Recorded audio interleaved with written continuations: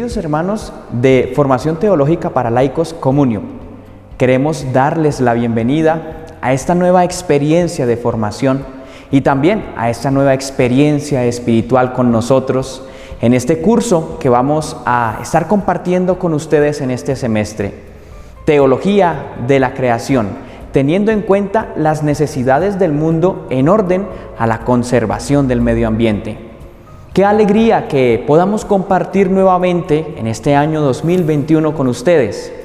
Estamos también dando la bienvenida a muchas personas que se integran a este camino de formación por primera vez. Bienvenidos todos ustedes. Gracias por acoger este llamado, gracias por estar con nosotros y gracias también a todos por seguirnos acompañando en este camino de formación, en este camino de acercamiento, no solamente intelectual, sino especialmente espiritual y que haga parte también de la experiencia de fe de nuestra vida. No es solamente el conocimiento de una serie de contenidos, es de manera particular poder profundizar en nuestra vivencia de fe. Queremos comentarles un poco cómo vamos a estar trabajando durante este semestre, de manera particular para quienes se integran por primera vez a esta experiencia de formación. Communion, entonces, es un proyecto de pastoral, de apostolado, del estudiantado de la provincia de San Luis Bertrán de Colombia de los frailes dominicos y también de la Facultad de Teología de la Universidad Santo Tomás. Durante este semestre los estaremos acompañando Fray Hernán Arciniegas, el Padre César Nieto, Fray Haider Jiménez, Fray Darwin Castiblanco y quien les habla, Fray Fabián Rueda. ¿Cómo vamos a estar trabajando? En primer lugar, es importante tener en cuenta la metodología de cada uno de los encuentros. Pues bien, vamos a estructurarnos más o menos de esta manera. En primer lugar, cada encuentro se va a subir a la plataforma de YouTube los lunes a partir de las 6 de la tarde. Esto no quiere decir que ustedes tengan que estar cada lunes a las 6 de la tarde a esa misma hora para poder ver la clase. Esta queda grabada en esta misma plataforma y si ustedes pueden durante la semana seguirla reproduciendo o también si no pueden estar el lunes a las 6, entonces en cualquier otro momento de la semana ahí estará la clase para que la puedan ver. Ustedes también pueden con su familia. En segundo lugar, ¿cómo vamos a trabajar en cada encuentro? Entonces, hay una estructura.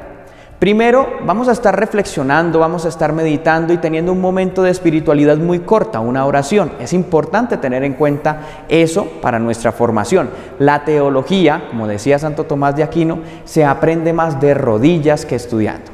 En segundo lugar, vamos a tener un momento también de acercamiento a la espiritualidad de nuestra orden de predicadores.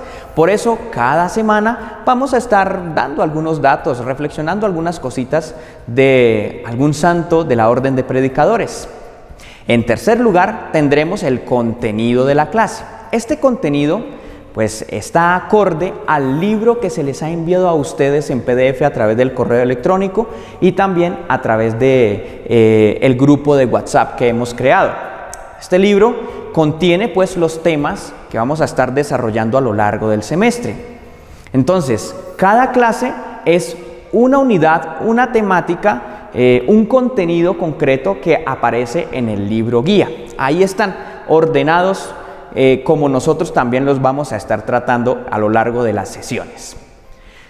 También al final vamos a estar compartiendo con ustedes un pequeño taller. Aquí hay que hacer una aclaración. El libro guía al final de cada unidad, al final de cada tema, tiene unas preguntas. Estas preguntas son para el estudio personal de ustedes si así lo desean en la profundización de los temas. Pero nosotros al final de cada video, al final de cada sesión, vamos a estar compartiendo con ustedes un pequeñísimo taller que ustedes tendrán que enviarnos a nosotros a través del correo electrónico opveritatem@gmail.com. Repetimos, opveritatem con v terminado en m @gmail.com. ¿Para qué es este taller? Bueno, primero para saber si ustedes han asimilado el contenido de la clase. Y segundo, para que nosotros, sabiendo que ustedes han comprendido lo que se ha explicado, entonces los tengamos en cuenta para efectos de la certificación que se da al final del curso por parte de la Universidad Santo Tomás. Entonces, el hecho de que ustedes hayan respondido el taller a nosotros nos sirve para saber si se certifican o no. Esto es importante tenerlo en cuenta, no solamente para efecto de una certificación, sino de manera particular para que vayamos comprendiendo los temas. Ahora bien, hay que aclarar una cosa con respecto al taller. Nosotros queremos pedirles que si tienen preguntas, si tienen inquietudes, si de pronto hay algún aspecto del tema que es necesario profundizar, nos lo hagan saber en este taller, ¿sí? El taller deberá realizarse en archivo Word para poder ser enviado al correo. En ese mismo archivo de Word, ustedes podrán poner al final, si tienen dudas, preguntas, elementos que deban profundizarse con respecto al tema que se ha desarrollado en esa sesión. Entonces, les invitamos a hacer todas las preguntas que deseen, todas las preguntas que quieran. ¿Por qué esto? Porque este semestre tendremos 2 sesiones que van a ser, en conexión sincrónica, es decir, en tiempo real, en donde vamos a poder comunicarnos, ustedes y nosotros, para responder la mayor parte de dudas que tengan ustedes con referencia a los temas que se han tratado. Entonces, en 2 sesiones, en 2 fechas determinadas que ustedes ya tienen también en el sílabus, es decir, en el cronograma de actividades, en el cronograma temático que también les hemos enviado a través del correo electrónico y a través del grupo de WhatsApp, ahí se encuentran 2 sesiones que dicen sesión sincrónica. Eso significa que a través de una plataforma de clase en tiempo real, lo más seguro es que sea a través de Meet. Nosotros durante el semestre les estaremos enviando los enlaces para que ustedes se puedan conectar con nosotros. Entonces, en esas sesiones vamos a estar dialogando, vamos a estar profundizando algunos elementos que ustedes tengan en mente, algunos elementos que ustedes nos hayan incluso escrito a nosotros en los talleres, en los archivos donde nos envían los talleres. Entonces, invitados a hacer las preguntas que deseen, y eso también para que estemos un poco más en contacto. Sabemos que los medios digitales, ¿sí?, las mediaciones digitales, pues de pronto no nos permiten tanto contacto personal. Queremos acercarnos un poco más a ustedes en la medida de lo posible a través de estas clases también, para conocer y para, dialogar un poco más. Entonces, pues bien, este es el panorama de este taller, o más bien de este curso de Teología de la Creación para este primer semestre del año 2021. Recuerden que si tienen dudas, si tienen inquietudes, nos pueden escribir a través del mismo correo electrónico opveritatem@gmail.com, y desde allí nosotros estaremos respondiendo a sus dudas, respondiendo a sus preguntas de tipo metodológico, de procedimiento, de conexión, etcétera, etcétera, para que estemos muy pendientes y para que estemos siempre en contacto. Queridos hermanos, queridas hermanas de Formación Teológica para Laicos, bienvenidos y bienvenidas todos y todas a esta experiencia de formación en este año 2021, Teología de la Creación.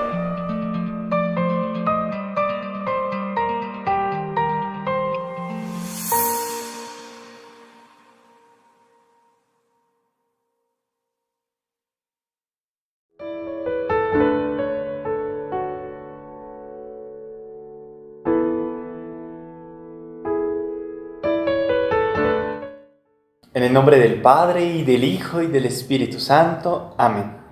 Ven, Espíritu Divino, manda tu luz desde el cielo. Padre amoroso del pobre, donen tus dones espléndidos, luz que ilumina las almas, fuente del mayor consuelo. Ven, dulce huésped del alma, descanso en nuestros esfuerzos. Tregua en el duro trabajo, brisa en las horas de fuego, gozo que enjuga las lágrimas y reconforta en los duelos. Llega hasta el fondo del alma divina luz y enriquécenos. Mira el vacío del alma si tú le faltas por dentro. Mira el poder del pecado cuando no envías tu aliento. Riega la tierra en sequía, Sana el corazón enfermo, lava las manchas, infunde calor de vida en el hielo. Doma el espíritu indómito, guía al que tuerce el sendero. Reparte tus 7 dones según la fe de tus siervos. Por tu bondad y tu gracia, dale al esfuerzo su mérito. Salva al que busca salvarse y danos tu gozo eterno. Amén. En el nombre del Padre, y del Hijo, y del Espíritu Santo. Amén. Sean todos bienvenidos a esta primera sesión de nuestro curso en Teología de la Creación. Es una alegría volver a saludarlos, volver a encontrarnos y tener esta oportunidad. Vamos a iniciar hablando de Santa Catalina de Ricci, la Santa Dominica, una monja del siglo XVI que nació en Florencia. Desde muy pequeña entró al monasterio y tomó hábito dominicano a la tierna edad de 13 años. Santa Catalina de Ricci, una mujer que en su vida mostró un amor profundo hacia el misterio de Cristo, el misterio pascual. Fue caracterizada en su vida por los estigmas de nuestro Señor cerca de 12 años. En su vida amó profundamente el misterio pascual de Cristo. Aun cuando su padre le pidió que se retirase del monasterio, ella prefirió voluntariamente permanecer allí. Fue superiora durante mucho tiempo, ejemplar en santidad, en observancia. En época de la Reforma fue también un pilar para la orden dominicana desde la oración.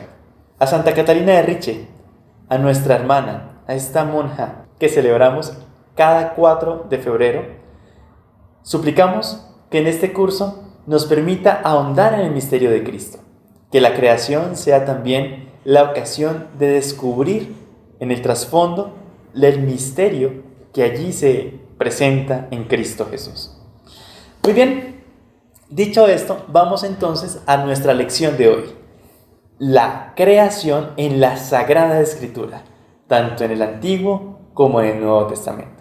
Les invitamos entonces a tener en mano o cerca de ustedes la Sagrada Escritura, con la cual podremos ir avanzando dentro de esta breve exposición de varios textos que podremos mencionar aquí.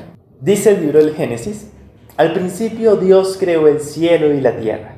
La tierra no tenía forma, las tinieblas cubrían el abismo, y el soplo de Dios se movía sobre la superficie de las aguas. Dijo Dios: que exista la luz, y la luz existió. Vio Dios que la luz era buena, y Dios separó la luz de las tinieblas. Llamó Dios a la luz día y a las tinieblas noche. Pasó una tarde, pasó una mañana, este fue el día primero. Y dijo Dios: que exista un firmamento entre las aguas que separe aguas de aguas. E hizo Dios el firmamento para separar las aguas de debajo del firmamento, de las aguas de encima del firmamento. Y así fue. Y Dios llamó al firmamento cielo. Pasó una tarde, pasó una mañana, este fue el día segundo. Y dijo Dios: que se junten las aguas de debajo del cielo y de un solo sitio, y que aparezcan los continentes. Y así fue.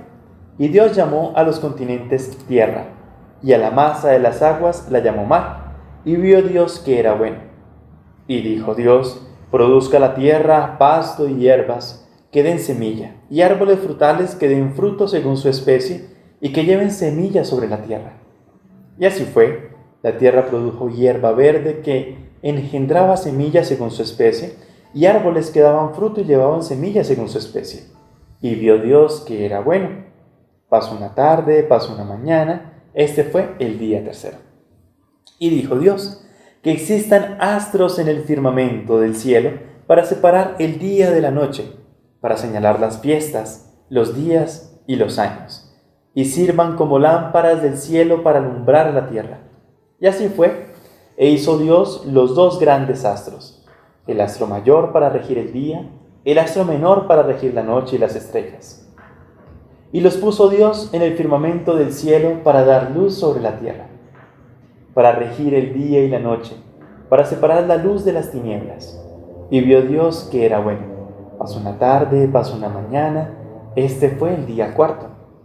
Y dijo Dios: llénense las aguas de multitud de vivientes, y vuelen pájaros sobre la tierra frente al firmamento del cielo. Y creó Dios los cetáceos y los vivientes, que se deslizan y que llenan las aguas según sus especies, y las aves aladas, según sus especies. Y vio Dios que era bueno. Y Dios los bendijo diciendo: crezcan, multiplíquense, y llenen las aguas del mar, y que las aves se multipliquen en la tierra. Pasó una tarde, pasó una mañana, este fue el día quinto. Y dijo Dios: produzca la tierra viviente según sus especies, animales domésticos, reptiles y fieras según sus especies. Y así fue. E hizo Dios las fieras de la tierra según sus especies, los animales domésticos según sus especies y los reptiles del suelo según sus especies. Y vio Dios que era bueno. Y dijo Dios: hagamos al hombre a nuestra imagen y semejanza, que ellos dominen los peces del mar, las aves del cielo, los animales domésticos y todos los reptiles. Y creó Dios al hombre a su imagen de Dios lo creó, varón y mujer los creó. Y los bendijo Dios y les dijo: sean fecundos, multiplíquense, llenen la tierra y sométanla, dominen a los peces del mar, a las aves del cielo y a todos los animales que se mueven sobre la tierra. Y dijo Dios: miren, les entrego todas las hierbas que engendran semillas sobre la tierra, y todos los árboles frutales que engendran semillas les servirán de alimento. Y a todos los animales de la tierra, a todas las aves del cielo, a todos los reptiles de la tierra, a todo ser que respira, la hierba verde les servirá de alimento. Y así fue. Y vio Dios todo lo que había hecho, y era muy bueno. Pasó una tarde, pasó una mañana, este fue el día sexto. Y quedaron concluidos el cielo, la tierra y todo el universo. Para el día séptimo había concluido Dios toda su tarea y descansó el día séptimo de toda su tarea. Y bendijo Dios el día séptimo y lo consagró, porque ese día Dios descansó de toda su tarea de crear. Esta es la historia de la creación del cielo y de la tierra. Hemos escuchado o leído el primer relato de la creación, presente en el libro del Génesis. Un relato, podríamos decir, un poquitico extenso, pero con una carga impresionante de muchos elementos. Podríamos mencionar aquí, en primer lugar, que hay una primacía en el tiempo. Lo primero que hace el Señor, o el Espíritu, el soplo del Señor que aletea sobre las aguas, es crear el día y la noche, ¿no? Es dar alusión a que es Él quien da el origen al tiempo. Por otra parte, también el relato muestra la creación de todas las cosas. Y esta es la primer verdad de fe que está presente en este texto, que Dios es el creador de todo cuanto existe, de la materia, del espacio, del tiempo. El día y la noche hace alusión sobre todo al tiempo, ¿no? Es aquello que demarca el paso de un día al otro. Hablando del tiempo, el séptimo día es peculiar, porque cuando termina el relato del séptimo día, cuando el Señor baja a descansar de su tarea, no anochece, ni vuelve a amanecer. Significa entonces que es el día que está continuamente abierto. Los padres de la Iglesia, ya desde la experiencia cristiana, leen que el séptimo día es que Cristo se ha encarnado, cuando Cristo viene y abre al mundo la plenitud de los tiempos. Pero bueno, ya llegaremos al punto en que hablemos directamente de Cristo en relación con la creación. El primer dato revelado que tenemos entonces es la noción de que de Dios procede todo cuanto existe, tanto el tiempo, el espacio, la materia, ¿no? Por otra parte, hay una organización, hay unos elementos. Recordemos que es un texto religioso y más que querer expresar un evento científico histórico, está manifestando con el relato, con el ropaje de las palabras, la fe que tiene el pueblo de Israel. En este relato que se traduce también como una tradición sacerdotal. Bien, ¿qué otro elemento podríamos resaltar? la estrofa con la que termina cada uno de los días.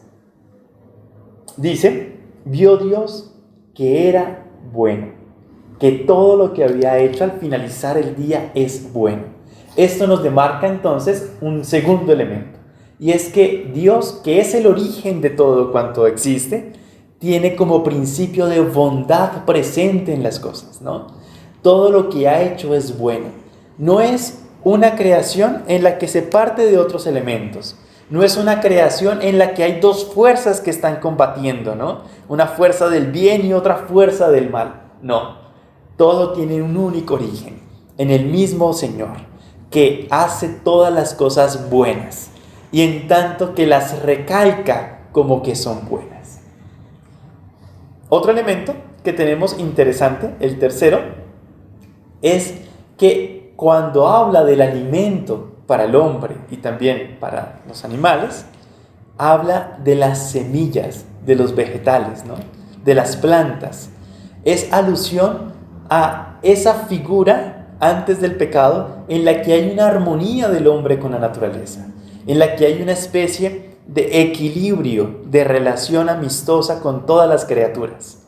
Claro, luego ya el tipo de sometimiento que se va a ejercer va a ser consecuencia en parte del pecado, en la que algunas criaturas se oponen incluso a el señorío del hombre, ¿no? Porque en el sexto día le dice el Señor: sean fecundos y multiplíquense, llenen la tierra y sométanla, dominen a los peces del mar, etcétera, etcétera.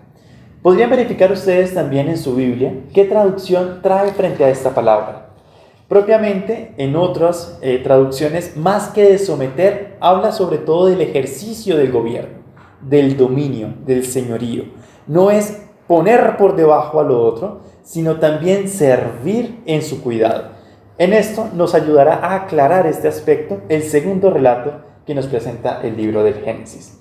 Por lo pronto, vale decir aquí que el hombre es imagen y semejanza de Dios. Ha sido hecho a imagen de Dios. Y en ese sentido, la tradición judía aquí da un elemento valioso para la comprensión antropológica. El hombre que es ícono, ¿no? Que es a imagen de Dios, que en la creación representa de alguna manera al Creador. Es la gran nobleza, es la gran responsabilidad que, bueno, en unos capítulos posteriores, pues va a caer, ¿no? Es el hombre que, aunque tiene una gran tarea, termina dando la espalda a su Señor. Bueno, tenemos entonces en este relato estas primeras nociones.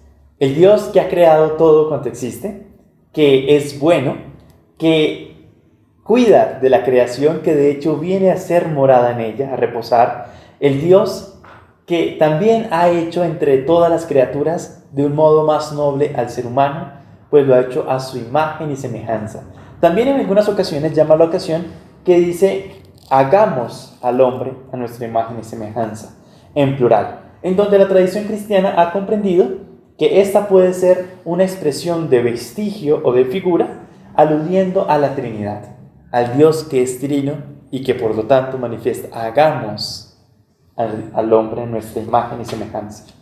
El segundo relato se encuentra en el capítulo 2, después del cuarto versículo.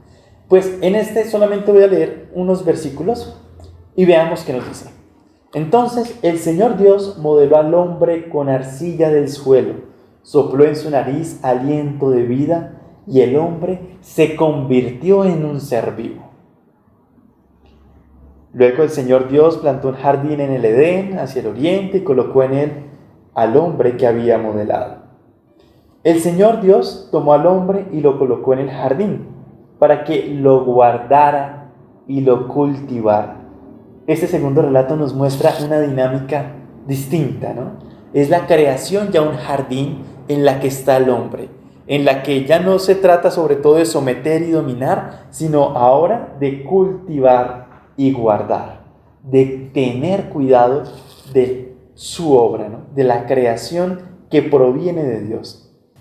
Entonces, aquí tenemos el segundo relato, en el que se menciona sobre todo el aspecto del hombre que ha de cuidar y de guardar como un jardín la creación. Pasamos entonces ahora a los textos proféticos en los que nos relatan también la experiencia o la comprensión de la creación dentro de la fe. Pues el primero de ellos, Jeremías, en el capítulo 32, en época de tragedia, se dirige en oración al Señor diciendo en Jeremías 32, 17: «Ay, mi Señor, tú hiciste el cielo y la tierra con tu gran poder, con brazo extendido. Nada es imposible para ti». Luego viene la súplica. Entonces, este primer aspecto que tenemos de Jeremías es el reconocimiento que el Señor es el que ha hecho todo cuanto existe. En el capítulo siguiente, es decir, en el capítulo 33, versículo 25, añade lo siguiente: «Así dice el Señor, respondiendo a la súplica de Jeremías: como es cierto que hice el día y la noche y establecí las leyes del cielo y la tierra, también es cierto que no rechazaré a los descendientes de Jacob y de mi siervo David, ni dejaré de sacar de entre ellos a quien gobiernen, a los descendientes de Abraham, Isaac y Jacob, porque cambio su suerte y les tengo compasión». Fijémonos en algo que estaba presente ya en el relato del Génesis, pero aquí es más explícito. Y es que Dios se fija en el hombre, tiene una predilección por su criatura. No es el Dios que crea y se va, o no es el Dios del que las cosas emanan espontáneamente, sino es el Dios que deliberadamente, comprendemos que por amor, crea las cosas y su creación las sigue conservando. Fíjense que en esta respuesta de la oración dice: si bien es cierto que yo fui el que creé, también es cierto que no rechazaré a los descendientes de Jacob. Como he sido yo el que he creado, he sido el mismo que velará por su salvación, por su cuidado. Si en el Génesis pide al hombre que cuide también de la creación, Dios no se ha desentendido. Ha elegido al pueblo judío y le acompaña en este camino. Decide ser también su veedor, quien le acompaña en el cuidado, quien provee y sostiene la creación en su existencia, como veremos más adelante en la palabra. Tenemos entonces un elemento ya de relación que se nos añade. Cuando se confiesa que Dios es el creador de todo, se exalta en una oración, se reconoce también que es Él quien está presente cuidando como Señor de la historia, como Señor de la creación, no solo como creador, sino como presente entre nosotros. Vamos ahora con Isaías. Iniciamos con Isaías 40:26. «Levanten los ojos a lo alto y miren», dice el profeta, «¿quién creó aquello? El que cuenta y despliega su ejército, y a cada uno lo llama por su nombre». ¡Qué hermoso esto! Tan grande es su poder, tan robusta su fuerza, que no falta ninguno. Es el Señor que llama a cada uno por su nombre. En medio o en una época en la que tenemos tantas cámaras y en las que somos vistos por muchas personas y experimentamos lo que decía Canals, el hombre que no es visto, que no es reconocido en su dignidad, aquí nos lo presenta hermosamente Isaías. Dios que llama a cada uno por su nombre, es decir, que le reconoce en su dignidad, que siente un aprecio y un amor desbordante hacia cada uno, hacia cada persona, hacia cada una de sus criaturas. Es el Dios que mantiene su mirada sobre el hombre. Luego, dice el capítulo 42, versículos 5 y 6. «Así dice el Señor Dios, que creó y desplegó el cielo, afianzó la tierra con su vegetación, dio el respiro al pueblo que la habita y el aliento a los que se mueven en ella. Yo, el Señor, te he llamado para la justicia, te he tomado de la mano, te he formado y te he hecho alianza de un pueblo, luz de las naciones». Tenemos una vez más el signo unido de la creación, pero también de la salvación, de la elección que hace el Señor a su pueblo.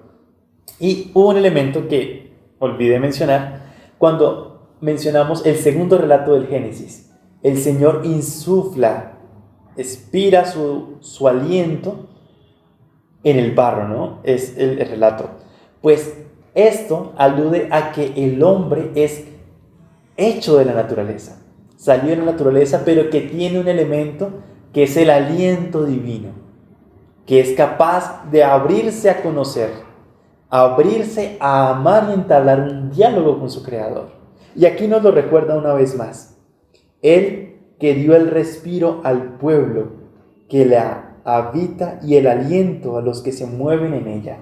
Es el Dios que da la vida, que insufla su espíritu entre nosotros. Es el Dios que ha creado y ha hecho un camino de elección con su pueblo. Fijémonos en esto tan hermoso. Es el Dios que crea y se mantiene con nosotros, que camina junto a nosotros, que, como dice aquí, nos toma de la mano y nos ha formado o ha hecho con nosotros una alianza. Aquí aludimos entonces, o el profeta Isaías alude a la primera alianza. Veamos ahora el siguiente capítulo, en el capítulo 43, el versículo primero, la expresión más bella todavía, ¿no? Llama por su nombre, toma de la mano y viene la siguiente. Ahora así dice el Señor, el que te creó, Jacob, el que te formó, Israel, no temas, que te he redimido, te he llamado por tu nombre, tú eres mío. Cuando en el primer relato del Génesis se habla de imagen y semejanza, hay una especie de huella, es como una marca también de pertenencia. Y aquí lo dice Isaías, tú eres mío, me perteneces, has salido de mí y permaneces en mí. De alguna manera también estás llamado al encuentro de retorno con el Señor.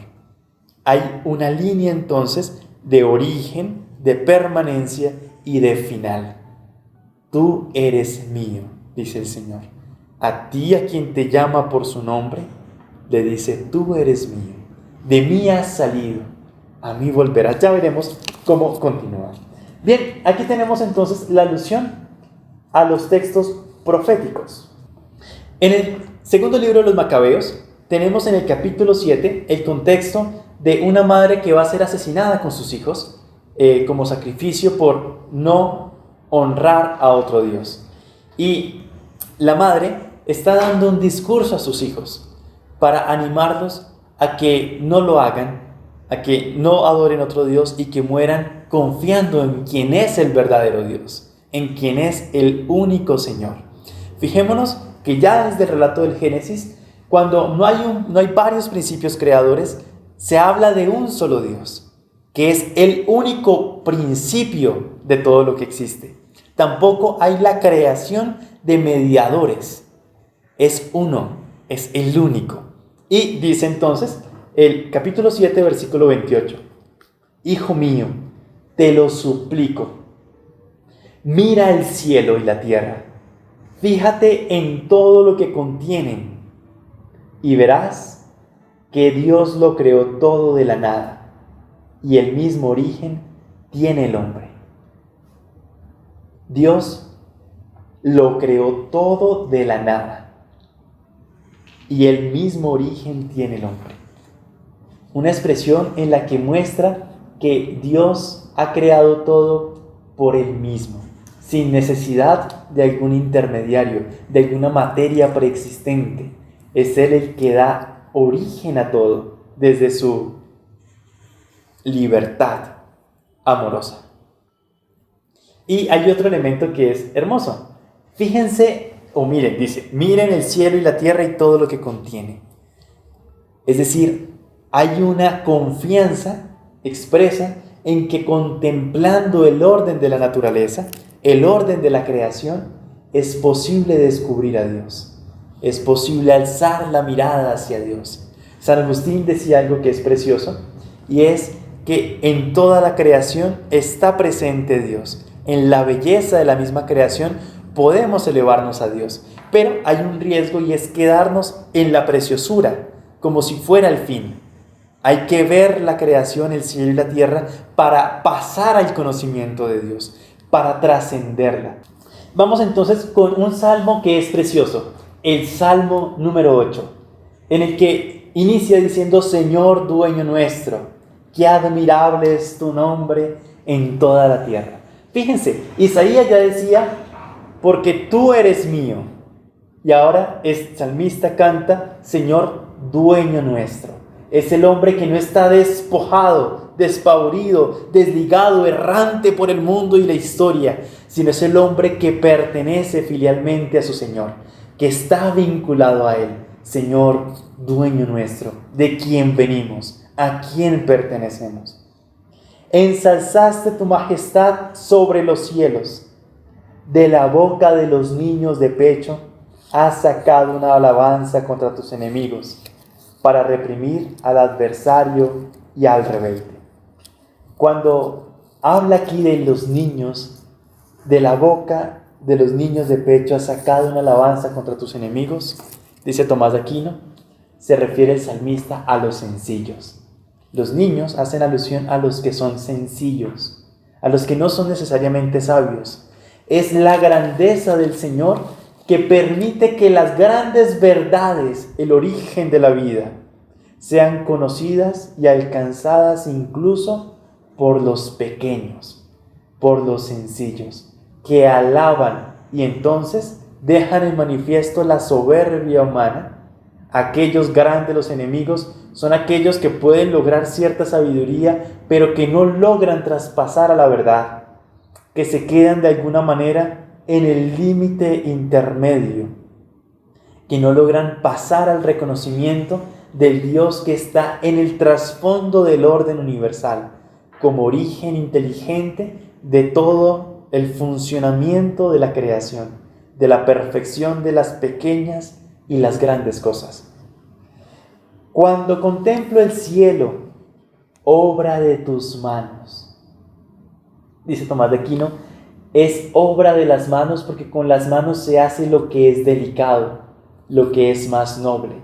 Los planetas, las estrellas, obra de tus manos. Es Él quien lo ha hecho. No ha mandado un intermediario, es Él mismo quien ha tomado la obra. ¿Qué es el hombre? Para que te acuerdes de él. El ser humano para darle poder. En medio de la inmensidad, la infinitud del espacio, del universo, ¿quién es el hombre? ¿Qué es el hombre para que te fijes en él? Y viene aquí la noción antropológica: lo hiciste poco inferior a los ángeles. Es decir, aquí el salmista reconoce una escala de los entes, de todos los seres, las criaturas corpóreas, el hombre que es poco inferior a los ángeles y por encima de los ángeles Dios. Pero los ángeles aquí son importantes porque permiten al hombre comprenderse dentro de todo el marco de los entes existentes. Lo hiciste poco inferior a los ángeles. Los ángeles tienen una imagen de Dios más presente por su capacidad intuitiva de conocer y de amar. El hombre, de alguna manera, está también mediado por los sentidos, y entre las criaturas corpóreas es la más noble de todas. Es la que se abre al conocimiento y al desarrollo, a la ligazón de la relación de amistad con su Señor.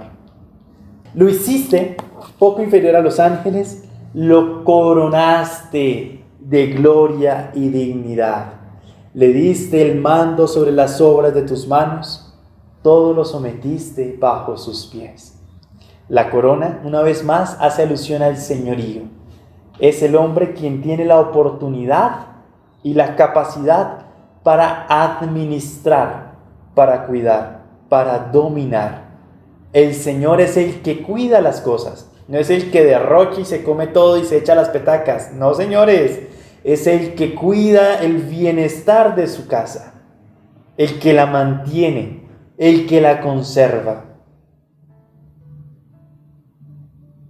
Rebaños de ovejas y toros, y hasta las bestias del campo, las aves del cielo, los peces del mar, que trazan sendas por las aguas. Señor dueño nuestro, qué admirable es tu nombre en toda la tierra. Es un salmo que es circular, como empieza, termina. Es una descripción de los entes que existen en la creación. Ha sido el creador de todo lo corpóreo, del hombre, de los ángeles, de todos los animales, en el que invita al hombre a ser también imagen actual. Cuando hablamos también del señorío, de la corona que es presentada al hombre, hay que aludir al señorío de Cristo, el Rey del universo, que manifiesta su reinado sirviendo, cuidando, dignificando, sanando. No es el Rey de nuestra lógica que somete, sino es el Rey que sirve, que cuida, que sana. Bien, tenemos otros salmos que, en realidad son muchísimos salmos que nos hablan sobre la relación de la creación. Uno de ellos es el Salmo 104, el himno al Creador. Bendice, alma mía, al Señor. Señor Dios mío, qué grande eres. Te revistes de belleza y esplendor. Este salmo hace alusión a una especie de cántico cultual, de ornamentación, en el que el Señor se reviste de su creación. Su creación es como una forma de conocerle, de ver su gloria, expresa en todas las multiformes gracias presentes en ella, ¿no? En la creación. Te vistes de luz como un manto, despliegas los cielos como una tienda, construyes sobre las aguas tus salones, las nubes te sirven de carroza y paseas sobre las alas del viento. Los vientos te sirven de mensajeros, el fuego ardiente de ministro. Y así continúa. Es un salmo bastante extenso en el que muestra cómo el Señor se reviste de su creación y está presente en ella. Otro salmo, como para terminar esta parte de los salmos, el salmo número 136, el himno a la misericordia eterna. Dice: den gracias al Señor porque es bueno, porque es eterna su misericordia. Y este versículo se va a repetir todo el tiempo. Den gracias al Dios de los dioses, porque es eterna su misericordia. Den gracias al Señor de señores, porque es eterna su misericordia. Al único que hace grandes maravillas, porque es eterno su amor. Fíjense, por favor, que aquí alude a que las obras del Señor son hechas por su amor, por su infinita misericordia, porque es eterno su amor, porque es eterna su misericordia. Aquí este salmo, que también es algo extenso, manifiesta que todas las obras de Dios están movidas por su amor, ¿no? Es el Dios que está presente, que ama y que se muestra a su creación cercano. Es un Dios que es interpersonal.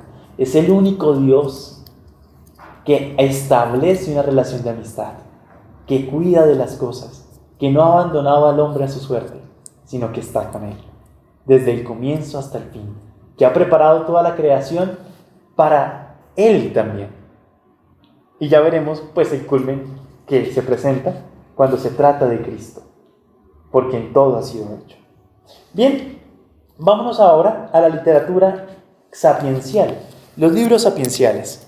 En primer lugar, Proverbios 3, 19 al 20. Dice el libro de Proverbios: el Señor cimentó la tierra con sabiduría y estableció el cielo con inteligencia.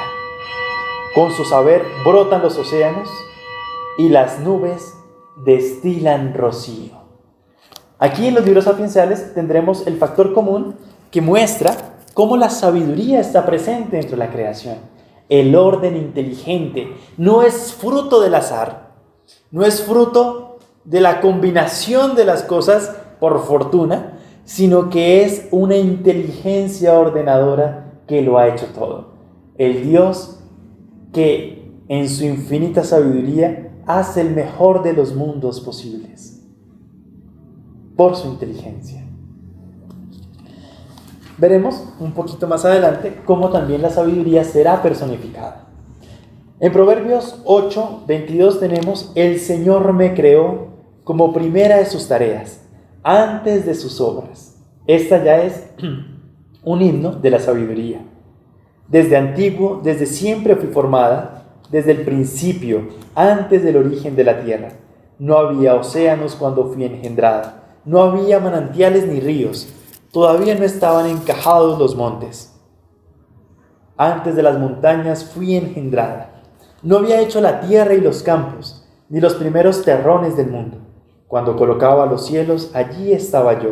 Cuando trazaba la bóveda sobre la superficie del océano, cuando sujetaba las nubes en la altura y reprimía las fuentes abismales, cuando imponía su límite al mar para que las aguas no traspasaran sus orillas, cuando asentaba los cimientos de la tierra, yo estaba junto a él.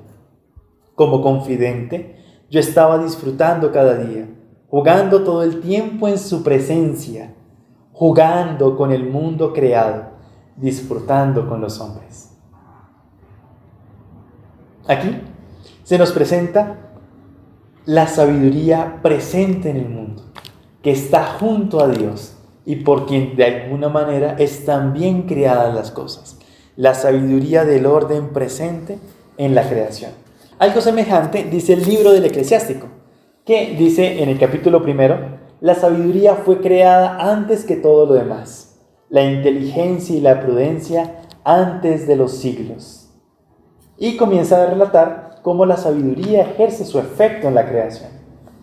En el libro de la sabiduría, capítulo 9, dice: Dios de los padres, Señor de misericordia, que todo lo creaste con tu palabra. Aquí aparece el primer gesto de que todo fue creado por la palabra. En el primer relato también suele traducirse: Dios dijo, hágase la luz, y fue hecha.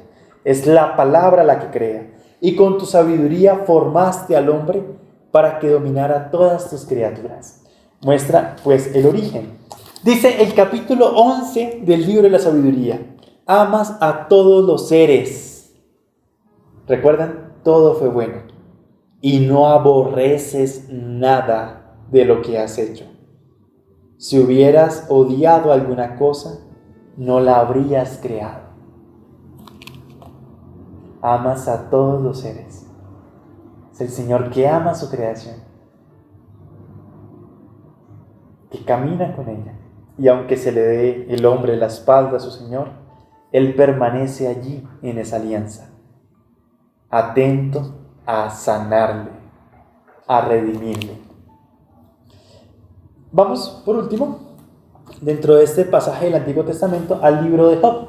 En el libro de Job tenemos, en los capítulos 38 y 39, después de que Job ha criticado a Dios, ha renegado de él, de su sabiduría, o de su justicia, o de su obrar, en tanto que está sufriendo sin una razón suficiente. Cuando Job, después de reclamarle, el Señor le dice: ¿quién es ese que pone en duda mi providencia? Con palabras sin sentido. Si eres hombre, demuestra tu valentía. Voy a interrogarte y tú responderás. ¿Dónde estabas cuando cimenté la tierra? Dímelo si es que sabes tanto. ¿Quién señaló sus dimensiones? Y así sigue durante todo el capítulo mostrando la sabiduría, la inteligencia ordenadora que está detrás de toda la creación. Hasta que en el capítulo 42, frente a las palabras de Dios, en donde manifiesta que en toda su creación está presente su inteligencia, la sabiduría, la providencia, el mantener las cosas en el ser, el permitir que continúen existiendo y que funcionen vitalmente, no queda más que la respuesta de Job, que dice: reconozco que lo puedes todo y ningún plan es irrealizable para ti. Yo que nada comprendía, puse en duda tu providencia. Es cierto, hablé de cosas que no entendía, de maravillas que superan mi comprensión. Tú has dicho: escúchame que voy a hablar, voy a interrogarte y tú responderás. Así, Job reconoce que el Señor es providente, que le supera en su capacidad de conocimiento y que en la obra de la creación está presente la acción divina de Dios. Muy bien, hasta aquí el Antiguo Testamento. Ahora vamos a dar el paso al Nuevo Testamento y la radical novedad que acontece en Cristo. Empecemos por el pasaje más hermoso de todos, el Evangelio de San Juan, capítulo 1. Dice, al principio, la misma forma en que inicia el Génesis, al principio existía la palabra, y la palabra estaba junto a Dios. La palabra era Dios. Ella existía al principio junto a Dios. Todo existió por medio de ella. Y sin ella, nada existió de cuanto existe. Que no quepa duda, todo viene de Dios y no hay nada fuera de Él. En ella estaba la vida, y la vida era la luz de los hombres. La luz brilló en las tinieblas, y las tinieblas no la comprendieron. En el mundo estaba, el mundo existió por ella, y el mundo no la reconoció. Vino a los suyos, y los suyos no la recibieron. Pero a los que la recibieron, a los que creen en ella, los hizo capaces de ser hijos de Dios. Ellos no han nacido de la sangre, ni del deseo de la carne, ni del deseo del hombre, sino que fueron engendrados por Dios. La palabra se hizo carne, et verbum caro factum est, y habitó entre nosotros. Y nosotros hemos contemplado su gloria, gloria que recibe del Padre, como Hijo único, lleno de gracia y verdad. En la comprensión cristiana hay un paso que es insólito y que es hermoso. El Dios, que ha sido creador de todo, se hace hombre. Esto da una nueva dinámica a la creación. Hace casi alusión al Dios que baja a reposar a su creación. Pero bueno, no es del todo un reposo, sino que es la salvación que viene a acontecer, ¿no? En el misterio pascual. Es la palabra que lo ha hecho todo y que viene a morar. Ya en el libro de la sabiduría veíamos que la palabra estaba con Dios, la inteligencia que hace la creación, que es personificada. Aquí en Cristo cobraría sentido. Es la palabra que es también una persona divina, la persona del Hijo, que manifiesta al Padre. Y cuando se habla aquí de palabra, del Logos, tiene su sentido más pleno. Porque la creación, de alguna manera, ya hemos dicho, es palabra de Dios a través de la cual le descubrimos. En la creación, en la inteligencia y el orden del universo, el hombre descubre a su Señor, descubre el origen de todo ello. Y ahora, esa misma palabra se presenta más plena en Cristo, que se encarna, que asume la naturaleza humana, que se hace parte de la creación. Es la elevación ahora de la naturaleza. Ya no es solamente creación, sino que viene con el regalo de hacer a los hombres hijos de Dios. Tú eres mío, Señor dueño nuestro. Ahora hijos, Padre nuestro. Y como dirá en el capítulo 15, a ustedes, a vosotros, ya no os llamo siervos, a vosotros os llamo amigos. Hay un cambio en la dinámica de la relación. Ya no se trata solamente de criatura, de siervo, del que es poseedor, sino ahora del que es amigo. Esto es lo insólito. El Dios que se hace criatura en nuestra fragilidad humana, en nuestra pequeñez en medio del universo. Y haciéndose hombre, nos hace amigos de Él. Establece una relación de amistad en la que va a renovar también con esto la creación entera.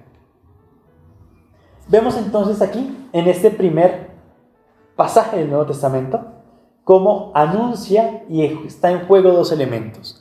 El que ha sido creador de todo, de quien nada, sin sin quien nada fue hecho, y Él es ese mismo que es encarnado, que se encarna, ¿no? Es el creador de todos los tiempos, antes del tiempo, y que viene a morar en su creación. Esta doble dinámica aquí se presenta. Si el hombre ya se sentía grande por ser imagen de Dios, por ser elegido y llamado por su nombre, ahora esta nobleza traspasa toda comprensión. Llega al límite de una relación de amistad con su Señor. Ahora se le llama Padre y a Cristo amigo. Bueno, hay que decir que en los evangelios sinópticos también la creación aparece repetidas veces, como cuando se menciona en Mateo acerca de si los pájaros no se preocupan por lo que comen, ni los lirios del campo por cómo se visten, no se preocupen ustedes, que mi Padre tiene contados hasta sus cabellos, de modo que no se cae ni uno solo sin que Él lo permita. Y aparecen otras imágenes en las que en el trasfondo se muestra cómo Dios es providente en su creación. Mantiene y conserva las cosas, pero también las gobierna. Está allí presente en ellas. Pero ojo, no es el Dios que es la creación, sino es el Dios que, siendo distinto de la creación, cuida de ella. De alguna manera también la gobierna y ha dado potestad al hombre para que la cuide y la gobierne también en representación suya. Vamos ahora al libro de los Hechos de los Apóstoles, capítulo 14. Dice el versículo 15. En esto están en Listra los apóstoles, allí hacen un milagro, todo el mundo queda asombrado y quiere ir a adorarlos como dioses. Y responde Pablo: amigos, ¿qué están haciendo? Nosotros también somos hombres, igual que ustedes, y les predicamos que deben abandonar los ídolos para convertirse al Dios vivo, que hizo el cielo y la tierra, el mar y cuanto contienen.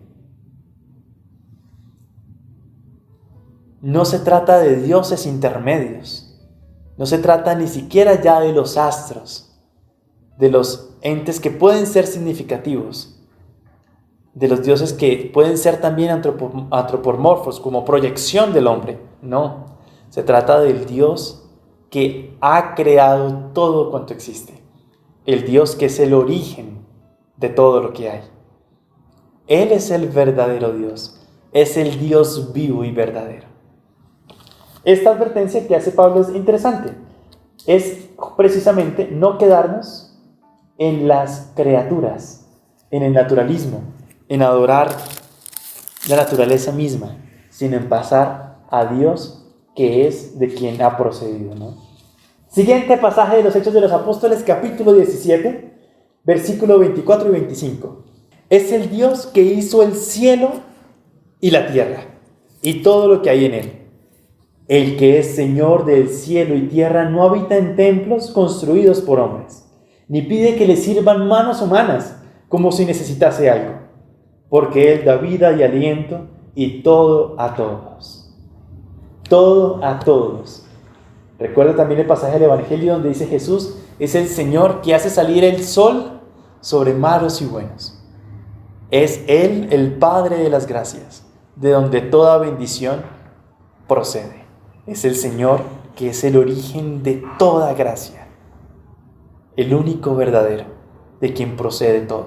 No hay distintas fuentes, solo hay un único principio, y en él se descubre entonces la intelección del origen profundo del universo, del origen de la vida, y también se va a desvelar el fin último del hombre.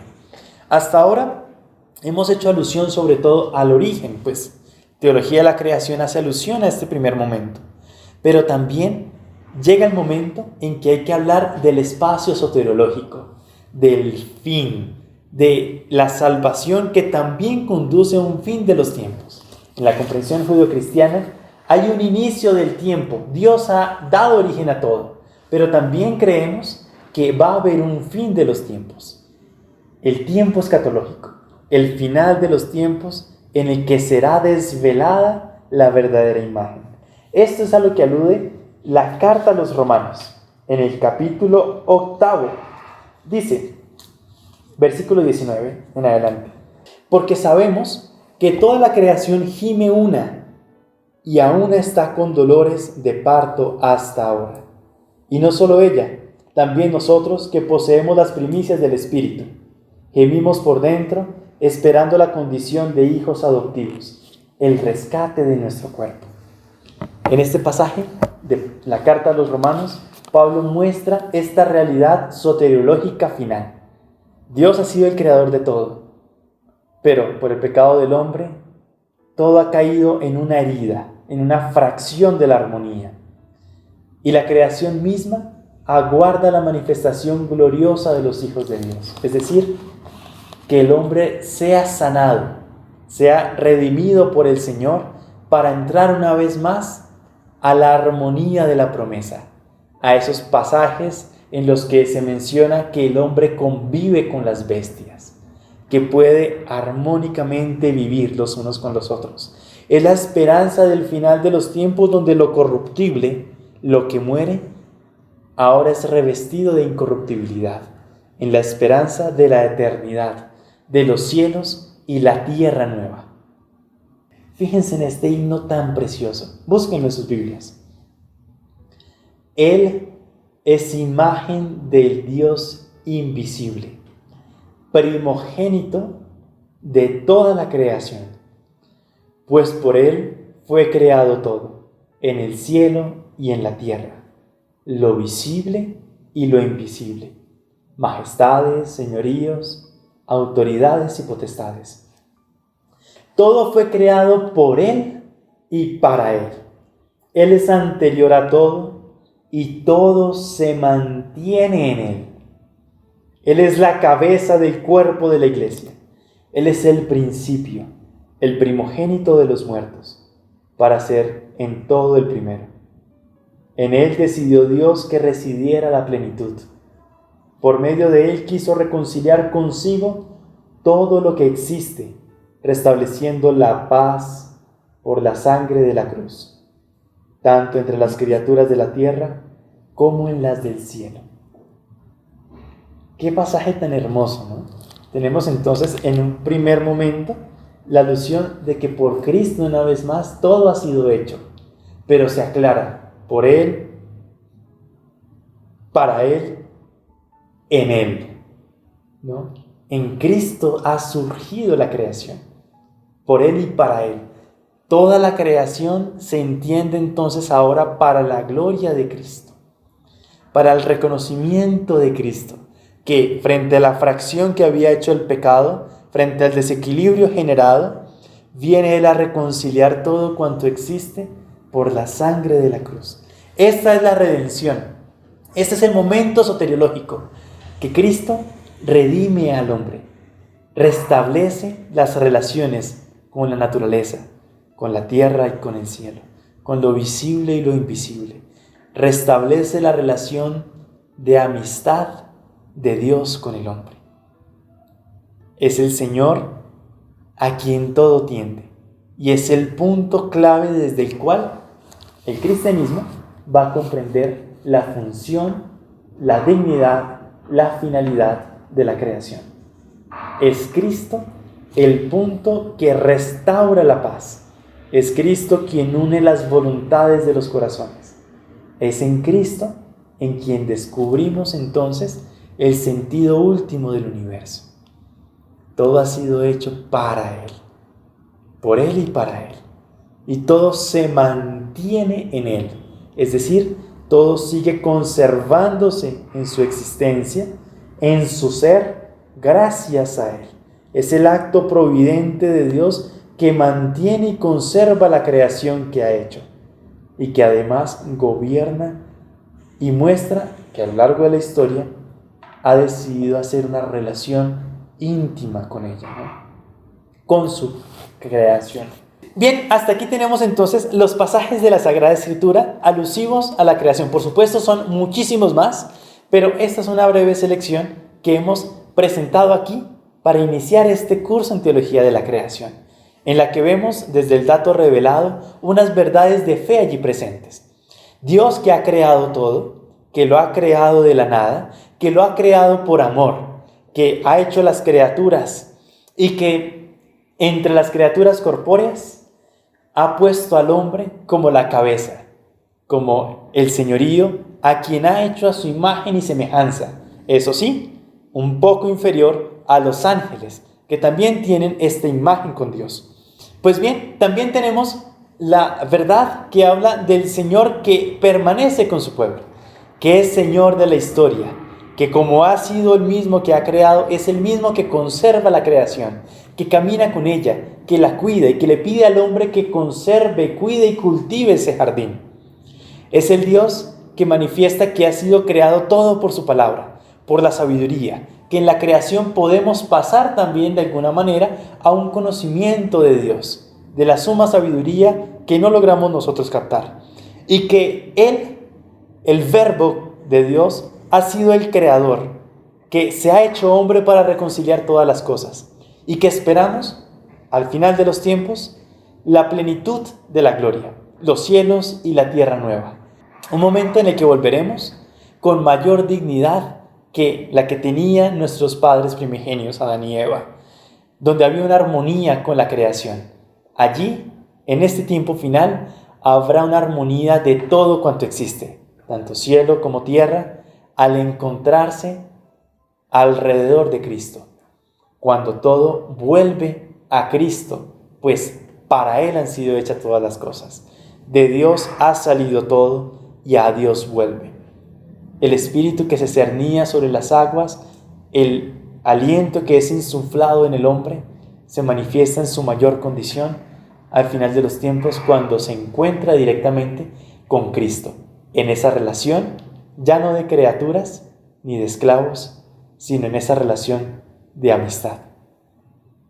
Gloria al Padre y al Hijo y al Espíritu Santo, como era en el principio, ahora y siempre, por los siglos de los siglos. Amén.